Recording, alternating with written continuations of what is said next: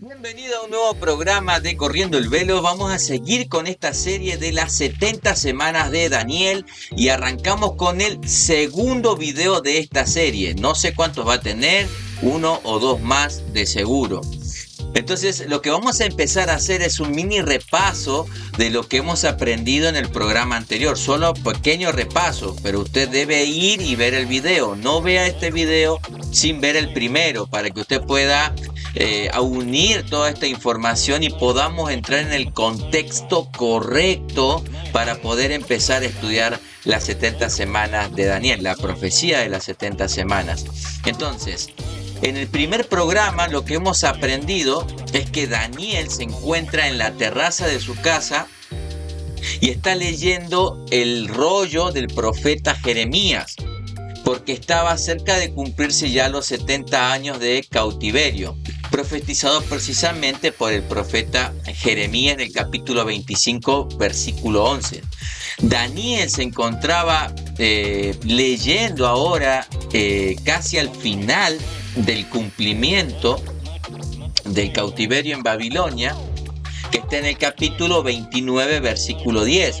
Entonces Daniel puede suponer que al término de estos 70 años van a salir de Babilonia, saldrían rumbo a Jerusalén y llegando contarían los 490 años de la profecía de las 70 semanas. Nos acordemos que una cosa es los 70 años de cautiverio y los 70 años de la profecía de Daniel. Entonces Daniel puede suponer, puede pensar que cuando lee el capítulo 29, versículo 10, donde dice Jehová que lo va a visitar, entonces él va a suponer que va a salir de Babilonia, va a tardar 5 meses en llegar a Jerusalén, contarían los 490 años y aparecería el Mesías. Entonces, en este contexto es que el ángel Gabriel le dice cuándo debe comenzar a contar estos 490 años. Porque si Daniel empezaba a contar los 490 años desde el edicto de Ciro el Grande, iba a caer o iba a dar 80 años antes del nacimiento del Mesías. El nacimiento del Mesías nacería acá y Daniel llegaría hasta acá. Habría 80 años de diferencia. Es por eso que el ángel Gabriel viene y le dice: Daniel, tú tienes que empezar a contar desde aquí. Y eso lo vamos a ir viendo en el desarrollo de este programa. Hemos mencionado también que la profecía de las 70 semanas se trata del Mesías. Entonces Daniel está estudiando el libro del profeta Jeremías y nosotros también tenemos que ir a estudiar ese libro. ¿Por qué? Para poder saber qué es lo que dice Jeremías sobre el Mesías. Nosotros tenemos que ir al profeta Jeremías para estudiar, para ver qué es lo que el profeta dice sobre este Mesías que iba a venir profetizado en las 70 semanas. Entonces vamos a comenzar el estudio en el libro de Jeremías, en el capítulo 23, versículos 5 y versículo 6. Dice: He aquí que vienen días, dice Jehová, en que levantaré a David renuevo justo y reinará como rey, el cual será dichoso y hará juicio y justicia en la tierra. Y en sus días será salvo Judá, e Israel habitará confiado, y este será su nombre con el cual le llamarán Jehová justicia nuestra. Tenga en mente esta frasecita, Jehová justicia nuestra, porque lo vamos a ir viendo durante el desarrollo de este estudio. El rey David, nosotros sabemos que murió en el año 1000 aproximadamente. No se está refiriendo a la persona de David, se está refiriendo al Mesías que le fue prometido a David. ¿De acuerdo? Ese que sería justicia nuestra. Es Cristo, hermanos, es Cristo quien iba a traer la justicia perdurable, siendo profetizado por Jeremías en el capítulo 33, versículo 16, que lo vamos a ir a leer en un ratito más, en donde se le está llamando Jehová justicia nuestra. El pueblo sería justificado, valga la redundancia, por la justicia de Dios. Esa justicia que Dios proveería, y esa justicia que Dios iba a proveer, que estaba profetizado, es Cristo. Es Cristo. Entonces ya empezamos a ver un poco de luz de lo que Jeremías nos enseña acerca de este Mesías que iba a venir, mirándolo de una manera escatológica. Entonces, el capítulo 23, lo que vamos a ir haciendo es avanzando capítulo por capítulo para no perder el hilo, para no perder el contexto, para no salirnos de la hilación de lo que Jeremías nos está queriendo contar. Entonces, el versículo 23 tenemos la primera promesa sobre el Mesías de la casa de David. Aquella profecía, esa promesa que se le dio al rey David en 2 de Samuel capítulo 7. Hermano, haga pausa, abra su Biblia, fíjese, cerciórese con la Biblia que si lo que dice el hermano Marcelo es correcto o no. Yo le puedo decir, vaya a 2 de Samuel 15, ¿es verdad o no? 2 de Samuel 7, vaya, léalo, sea un buen bereano. Hechos capítulos 17, creo que es de los de Berea. Entonces, capítulo 23 de Jeremías. Abra la Biblia y sitúese en Jeremías, capítulo 23. Mírelo y ahí está la primera promesa sobre el Mesías que le fue prometido a David en 2 de Samuel, capítulo 7. En el capítulo 24 ya Jeremías encontramos ahí el juicio de Dios. Encontramos la parábola de los higos. Una canasta con higos buenos y una canasta con higos malos, en donde los higos malos serían destruidos por Babilonia. Cuando Babilonia ingresó en el año 605, la primera incursión que hizo el padre de Nabucodonosor a Israel. Y después los higos buenos serían preservados bajo el cautiverio de Babilonia. Si van a... Tengo una serie en la cual habla del remanente y siempre se está hablando de un remanente.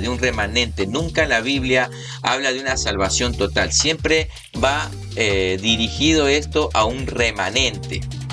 ¿De acuerdo? Entonces, los higos buenos serían preservados y los higos malos serían destruidos por Babilonia, y los higos buenos preservados en el cautiverio bajo Babilonia. Recordemos que Ezequiel y Daniel, juntos con sus amigos, fueron parte de esta deportación en el año 605. Entonces vamos a pasar al capítulo 25, versículo 11, la primera profecía que encontramos de los 70 años de cautiverio.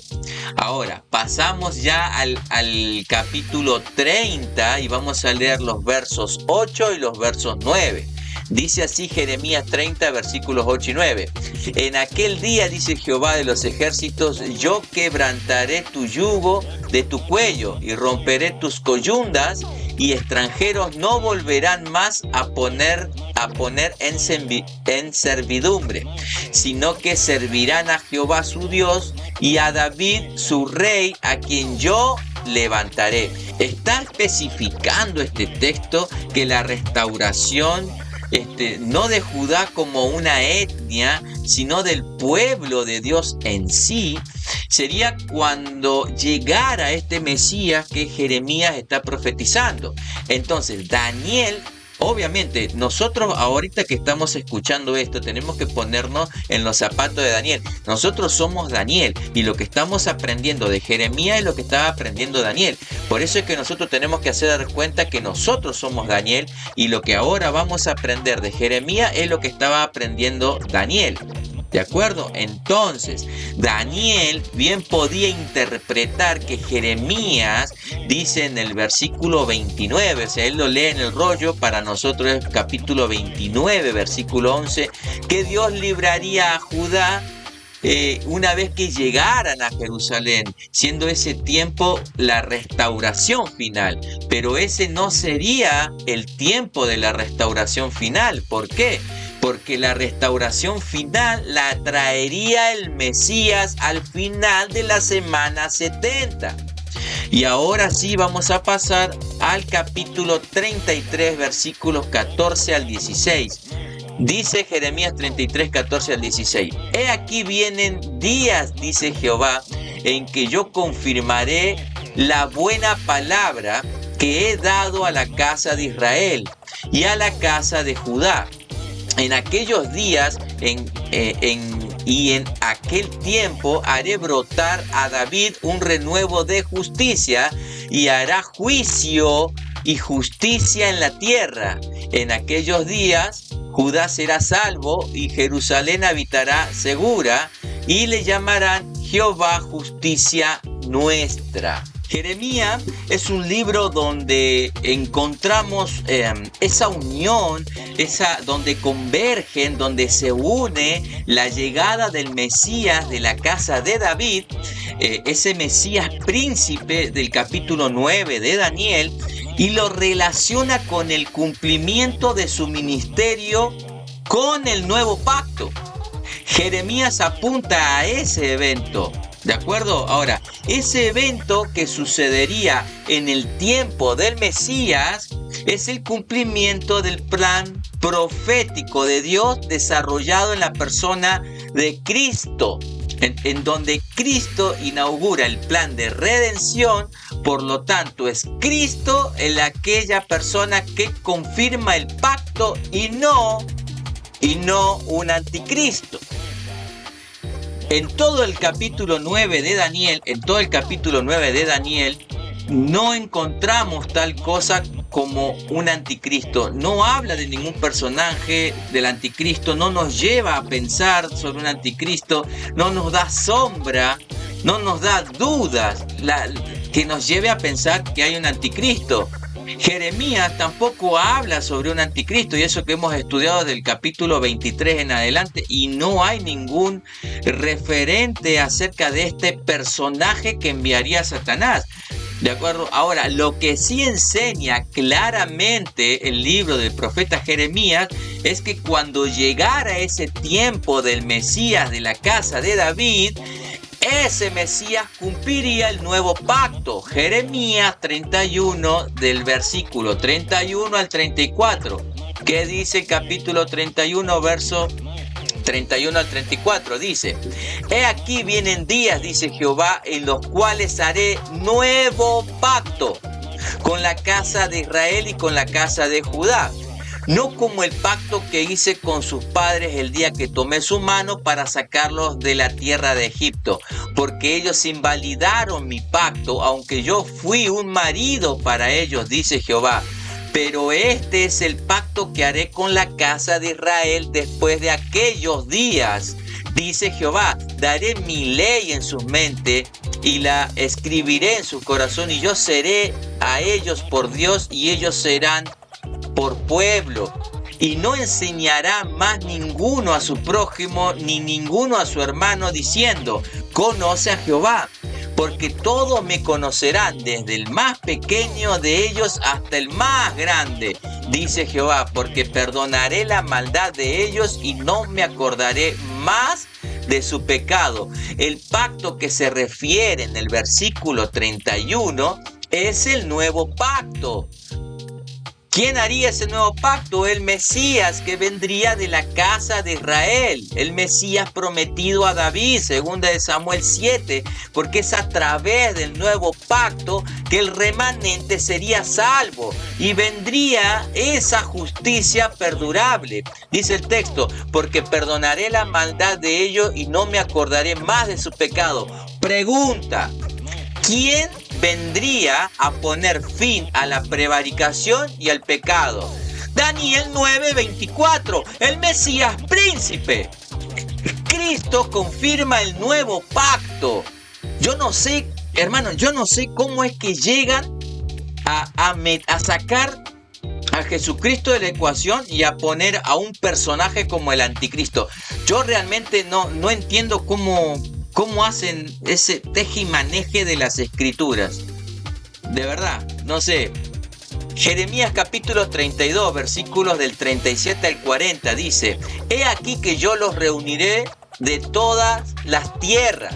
Esto se cumple en Pentecostés, es Pentecostés, a las cuales los eché con mi furor y con mi enojo de indignación grande, y los haré volver a este lugar, y les haré habitar seguramente, y me serán por pueblo, y yo seré a ellos por Dios, y les daré un corazón y un camino para que me teman perpetuamente, para que tengan bien ellos y sus hijos después de ellos, y haré con ellos nuevo pacto.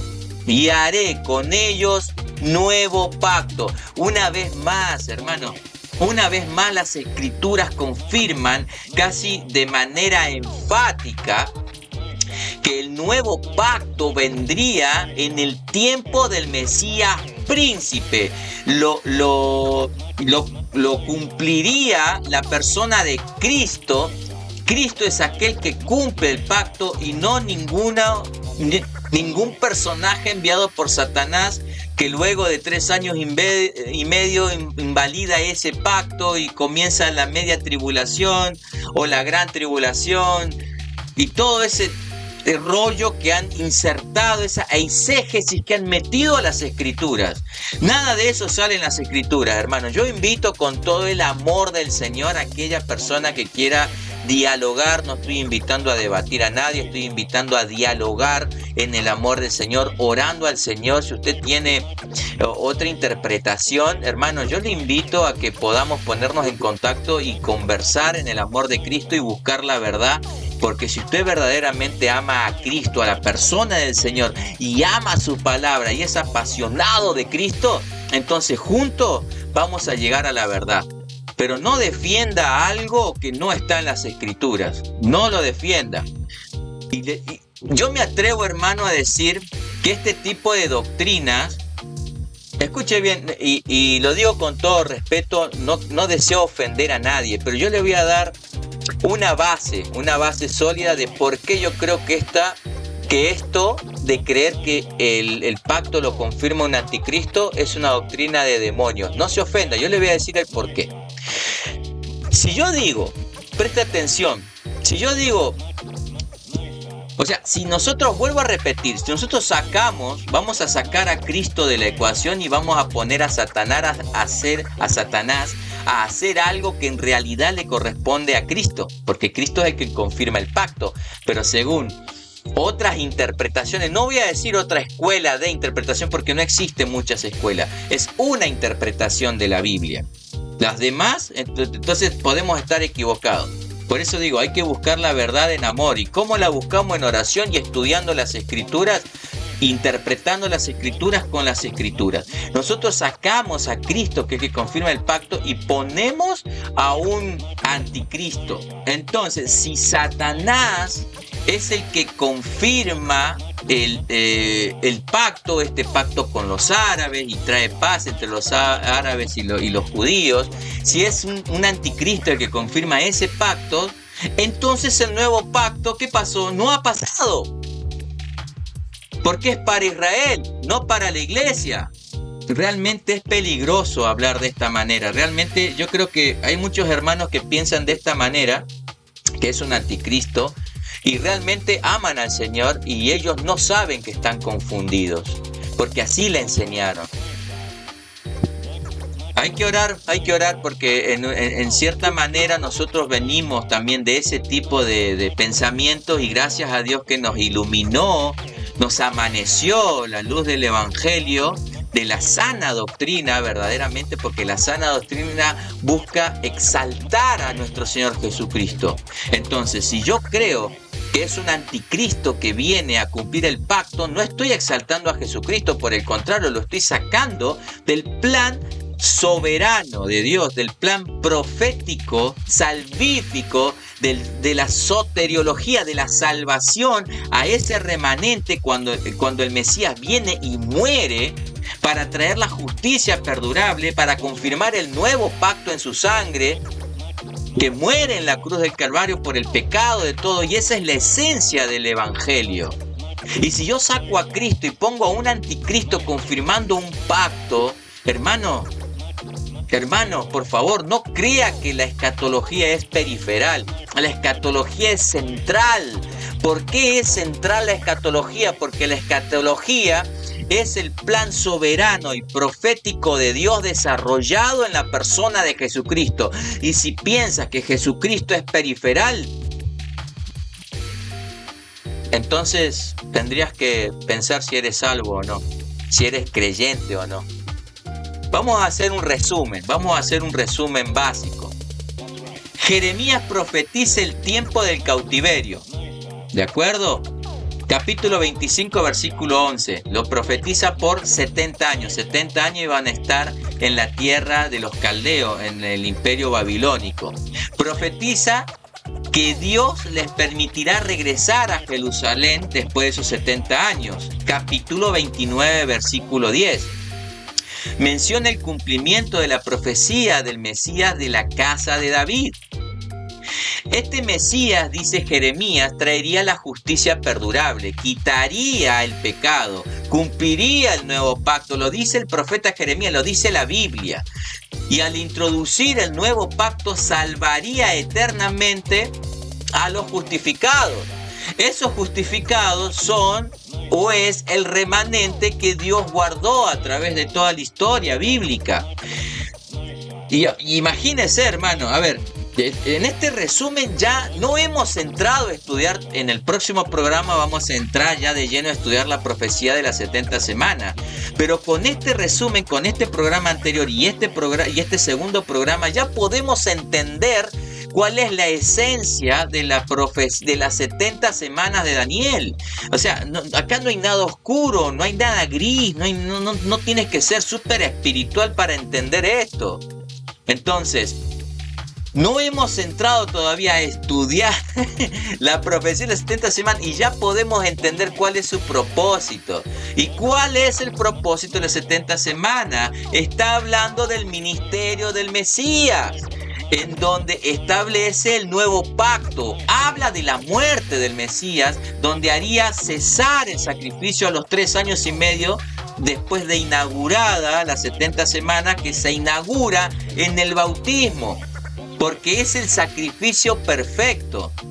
Una vez y para siempre, dice la Escritura. Luego, por causa del rechazo del Mesías, por haber invalidado su pacto, Jeremías 31, llegaría el juicio en el año 70 después de Cristo.